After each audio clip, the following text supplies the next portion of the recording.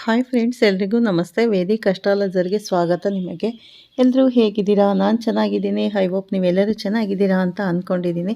Please friends, ಈ ವಿಡಿಯೋನ ಫಸ್ಟಿಂದ ಕೊನೆವರೆಗೂ ಸ್ಕಿಪ್ ಮಾಡದೆ ನೋಡಿ. ನಿಮ್ಗೆ ಇಷ್ಟ ಆದರೆ ಲೈಕ್ ಮಾಡಿ, ಶೇರ್ ಮಾಡಿ. ಹಾಗೆ ಹೊಸದಾಗಿ ನೋಡೋರು ಫಸ್ಟು ನಮ್ಮ ಚಾನಲ್ಗೆ ವೇದಿಕ್ ಅಸ್ಟ್ರಾಲಜರ್ಗೆ ಸಬ್ಸ್ಕ್ರೈಬ್ ಮಾಡ್ಕೊಳ್ಳಿ.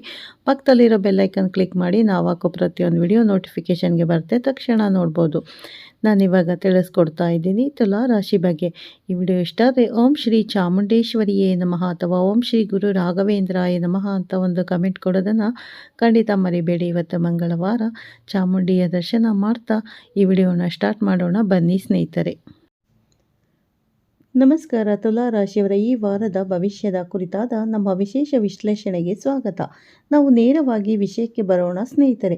ಮೂಲಗಳ ಪ್ರಕಾರ ತುಲಾ ರಾಶಿಯವರ ಜೀವನದಲ್ಲಿ ಈ ವಾರ ಒಂದು ದೊಡ್ಡ ಮಹತ್ವದ ತಿರುವು ಕಾದಿದೆ ಅನ್ನೋದು ಸ್ಪಷ್ಟವಾಗಿ ಗೋಚರಿಸುತ್ತಾ ಇದೆ. ಇದು ಸುಮ್ಮನೆ ಬಂದು ಹೋಗುವ ವಾರ ಖಂಡಿತ ಅಲ್ಲ. ಬದಲಾಗಿ ಬಹಳ ದಿನದಿಂದ ಉತ್ತರ ಸಿಗದೆ ಕಾಡುತ್ತಿದ್ದ ಅನೇಕ ಪ್ರಶ್ನೆಗಳಿಗೆ ದೈವಿಕ ಮಾರ್ಗದರ್ಶನ ಸಿಗುವ ಭರವಸೆಯ ಸಮಯವಿದು. ಬನ್ನಿ ಈ ವಾರ ತುಲಾ ರಾಶಿಯವರಿಗೆ ಏನೆಲ್ಲ ಕಾದಿದೆ ಅನ್ನೋದನ್ನು ವಿವರವಾಗಿ ನೋಡೋಣ. ಸರಿ, ಈಗ ಇದರ ಬಗ್ಗೆ ಆಳವಾಗಿ ತಿಳಿಯೋಣ. ಈ ವಾರದ ಪ್ರಾಮುಖ್ಯತೆಯನ್ನು ಒಂದು ಅದ್ಭುತ ವಾಕ್ಯ ನಮಗೆ ಬಿಚ್ಚಿಡುತ್ತೆ. ತೆಗೆದುಕೊಳ್ಳುವ ಒಂದು ಸಣ್ಣ ನಿರ್ಧಾರ ಮುಂದಿನ ಹಲವು ತಿಂಗಳುಗಳ ಫಲಿತಾಂಶವನ್ನು ನಿರ್ಧರಿಸುವ ಶಕ್ತಿಯನ್ನು ಹೊಂದಿರುತ್ತದೆ. ಹೌದು, ನೀವು ಕೇಳಿದ್ದು ಸರಿಯಾಗಿದೆ. ಅಂದರೆ ಈ 7 ದಿನಗಳು ನಿಮ್ಮ ಮುಂಬರುವ ಭವಿಷ್ಯದ ಗಟ್ಟಿ ಅಡಿಪಾಯವಾಗಲಿದೆ. ಹಾಗಾಗಿ ಪ್ರತಿಯೊಂದು ಹೆಜ್ಜೆಯನ್ನು, ಪ್ರತಿಯೊಂದು ನಿರ್ಧಾರವನ್ನು ಅತ್ಯಂತ ಜಾಗರೂಕತೆಯಿಂದ ಪ್ರತಿಯೊಂದು ಹೆಜ್ಜೆಯನ್ನು ನಾವು ಇಡಬೇಕಾದ ನಿರ್ಣಾಯಕ ಘಟ್ಟವಿದು. ಈ ವಿಶ್ಲೇಷಣೆಯನ್ನು ಸುಲಭವಾಗಿ ಅರ್ಥ ಮಾಡಿಕೊಳ್ಳಲು ನಾವು ಇದನ್ನು 6 ಪ್ರಮುಖ ವಿಭಾಗಗಳಾಗಿ ವಿಂಗಡಿಸಿದ್ದೇವೆ. ವಾರದ ಮಹತ್ವದ ತಿರುವು: ಉದ್ಯೋಗ ಮತ್ತು ವ್ಯಾಪಾರದ ಸ್ಥಿತಿ, ಹಣಕಾಸು ಹಾಗೂ ಕೌಟುಂಬಿಕ ಜೀವನ, ಪ್ರೀತಿ, ಶಿಕ್ಷಣ ಮತ್ತು ಆರೋಗ್ಯ, ಆಧ್ಯಾತ್ಮಿಕ ಒಲವು ಮತ್ತು ಎಚ್ಚರಿಕೆಗಳು, ಹಾಗೂ ಕೊನೆಯದಾಗಿ ಶುಭ ಅಂಶಗಳು ಮತ್ತು ಪರಿಹಾರಗಳು. ಇದರಿಂದ ನಿಮಗೆ ಬೇಕಾದ ಪ್ರಮುಖ ಅಂಶಗಳನ್ನು ಸುಲಭವಾಗಿ ಟ್ರ್ಯಾಕ್ ಮಾಡಬಹುದು. ಮೊದಲನೇ ವಿಭಾಗ: ವಾರದ ಮಹತ್ವದ ತಿರುವು. ಸ್ಪಷ್ಟತೆ ಮತ್ತು ತಾಳ್ಮೆ. ಮೂಲಗಳು ನಮಗೆ ಸ್ಪಷ್ಟವಾಗಿ ಹೇಳ್ತಿವೆ, ಈ ವಾರ ಆತುರ ಬೀಳುವಂತಿಲ್ಲ. ಸಹನೆ ಅಥವಾ ತಾಳ್ಮೆಯೇ ನಿಮ್ಮ ಅತಿ ದೊಡ್ಡ ಆಯುಧ. ನೀವು ಇಲ್ಲಿವರೆಗೆ ಮಾಡಿದ ಒಳ್ಳೆಯ ಕೆಲಸಗಳ ಫಲ ಈಗ ನಿಧಾನವಾಗಿ ಸಿಗಲು ಶುರುವಾಗುತ್ತೆ.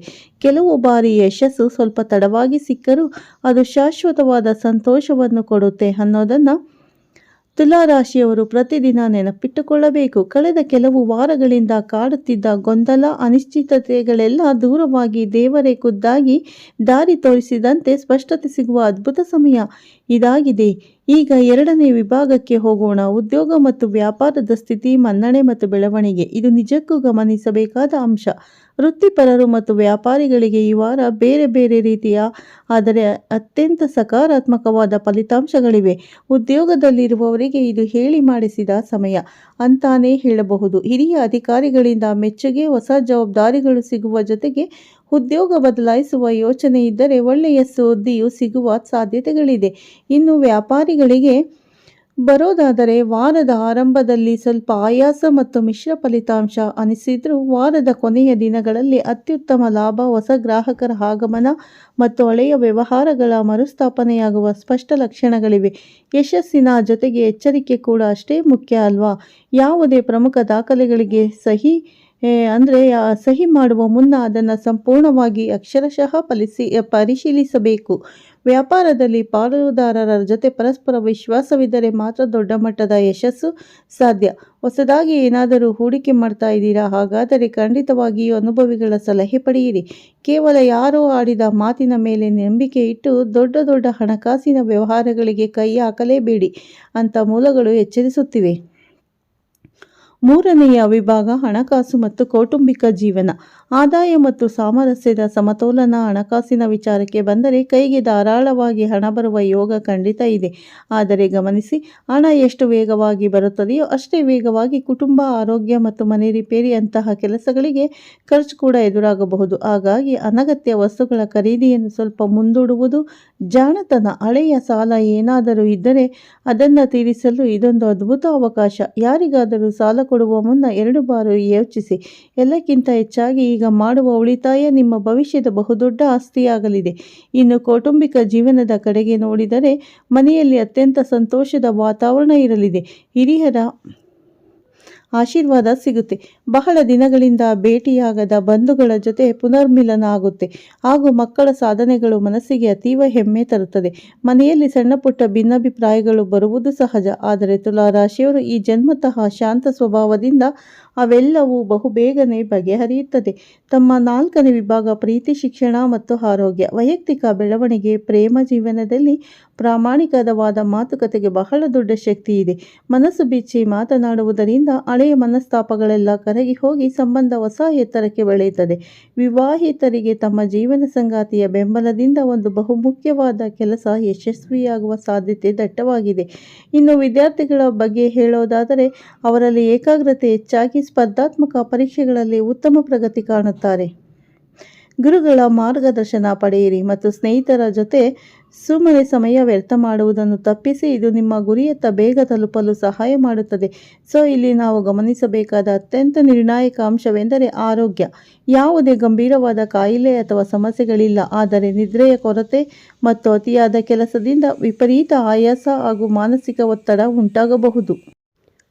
ಆದ್ದರಿಂದ ಸಮಯಕ್ಕೆ ಸರಿಯಾದ ಊಟ, ಸಾಕಷ್ಟು ನೀರು ಕುಡಿಯುವುದನ್ನು, ಬೆಳಗಿನ ನಡೆಗೆ ಅಥವಾ ಸರಳ ಯೋಗಾಭ್ಯಾಸಕ್ಕೆ ಆದ್ಯತೆ ನೀಡಿ. ಇದರಿಂದ ದೇಹ ಮತ್ತು ಮನಸ್ಸಿಗೆ ಹೊಸ ಚೈತನ್ಯ ಸಿಗುತ್ತದೆ.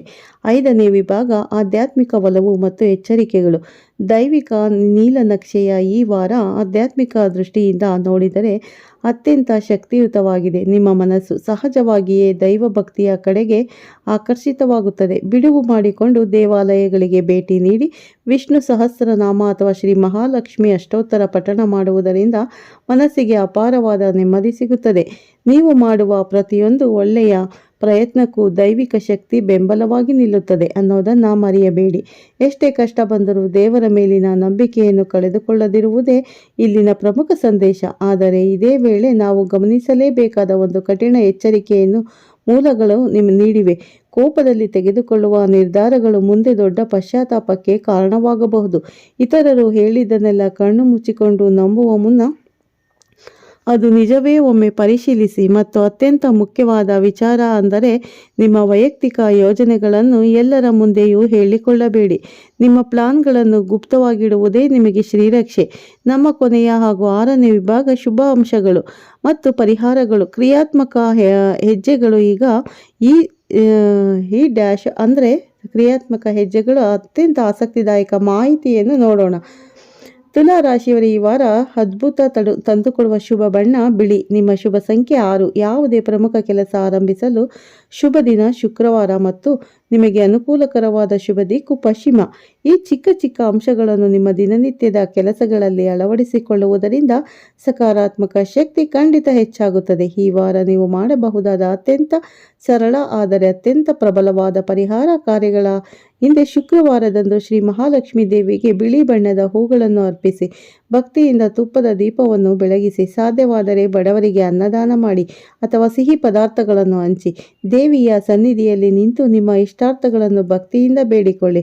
ಈ ಚಿಕ್ಕ ಕಾರ್ಯಗಳು ಈ ಶ್ರೀ ಮಹಾಲಕ್ಷ್ಮಿ ಹಾಗೂ ಶ್ರೀ ವೆಂಕಟೇಶ್ವರ ಸ್ವಾಮಿಯ ಆಶೀರ್ವಾದವನ್ನು ನಿಮ್ಮ ಮನೆಗೆ ತಂದು ಹೊಸ ಬೆಳಕನ್ನು ಮೂಡಿಸಲಿದೆ. ಈ ವಿಶ್ಲೇಷಣೆಯನ್ನು ಮುಕ್ತಾಯಗೊಳಿಸುವ ಮುನ್ನ ನಾವೆಲ್ಲರೂ ಯೋಚಿಸಬೇಕಾದ ಒಂದು ಆಳವಾದ ಪ್ರಶ್ನೆ ಇದೆ. ತುಲಾ ರಾಶಿಯವರು ಈ ವಾರ ತಮ್ಮ ಕೋಪವನ್ನು ಸಂಪೂರ್ಣವಾಗಿ ನಿಯಂತ್ರಿಸಿ ಮೌನವನ್ನೇ ತಮ್ಮ ಅತಿ ದೊಡ್ಡ ರಕ್ಷಣಾ ಕವಚವಾಗಿ ಬಳಸಿಕೊಳ್ಳಲು ಸಾಧ್ಯವೇ? ಯೋಚಿಸಿ ನೋಡಿ. ಸಮಯ ಮೌಲ್ಯವನ್ನು ಅರಿತು ತಾಳ್ಮೆ ಮತ್ತು ಮೌನದ ಶಕ್ತಿಯನ್ನು ಬಳಸಿಕೊಂಡರೆ ಈ ವಾರ ಖಂಡಿತವಾಗಿಯೂ ನಿಮ್ಮ ಜೀವನದಲ್ಲಿ ಭರವಸೆಯ ಹೊಸ ಅಧ್ಯಾಯವನ್ನು ತೆರೆಯಲಿದೆ. ಶ್ರೀ ವಿಷ್ಣು ಮಹಾಲಕ್ಷ್ಮಿ ವೆಂಕಟೇಶ್ವರವನ್ನ ನೆನೆಯುತ್ತಾ ಈ ವಾರವನ್ನು ಕಳೆಯಿರಿ. ಖಂಡಿತ ನಿಮಗೆ ಈ ವಾರ ಒಳ್ಳೆಯ ಶುಭ ಫಲಗಳನ್ನು ನೋಡ್ತೀರಾ ಅಂತ ಹೇಳ್ತಾ ತುಲಾ ರಾಶಿಯವರಿಗೆ ಈ ವಿಡಿಯೋವನ್ನು ಮುಗಿಸ್ತಾ ಇದ್ದೀನಿ ಸ್ನೇಹಿತರೆ. ಈ ವಿಡಿಯೋ ಮತ್ತೆ ನಿಮಗೆ ಮುಂದಿನ ರಾಶಿ ಭವಿಷ್ಯದೊಂದಿಗೆ ಸಿಗ್ತೀನಿ. ಅಲ್ಲಿವರೆಗೂ ತಮ್ಮೆಲ್ಲರಿಗೂ ಧನ್ಯವಾದ ತಿಳಿಸೋಕೆ ಇಷ್ಟಪಡ್ತೀನಿ. ಈ ವಿಡಿಯೋನ ಕೊನೆವರೆಗೂ ನೋಡಿ. ಇಷ್ಟ ಆದರೆ ಲೈಕ್ ಮಾಡಿ, ಶೇರ್ ಮಾಡಿ. ಓಂ ಶ್ರೀ ಮಹಾಲಕ್ಷ್ಮಿ ನಮಃ ಅಥವಾ ಓಂ ಚಾಮುಂಡೇಶ್ವರಿ ನಮಃ ಅಂತ ಕಮೆಂಟ್ ಮಾಡಿ ಸ್ನೇಹಿತರೆ. ಮತ್ತೆ ಸಿಗ್ತೀನಿ ಉತ್ತಮ ರಾಶಿ ಭವಿಷ್ಯದೊಂದಿಗೆ. ಎಲ್ಲರಿಗೂ ಧನ್ಯವಾದಗಳು. ಎಲ್ಲರಿಗೂ ಒಳ್ಳೆಯದಾಗಲಿ ಸ್ನೇಹಿತರೆ.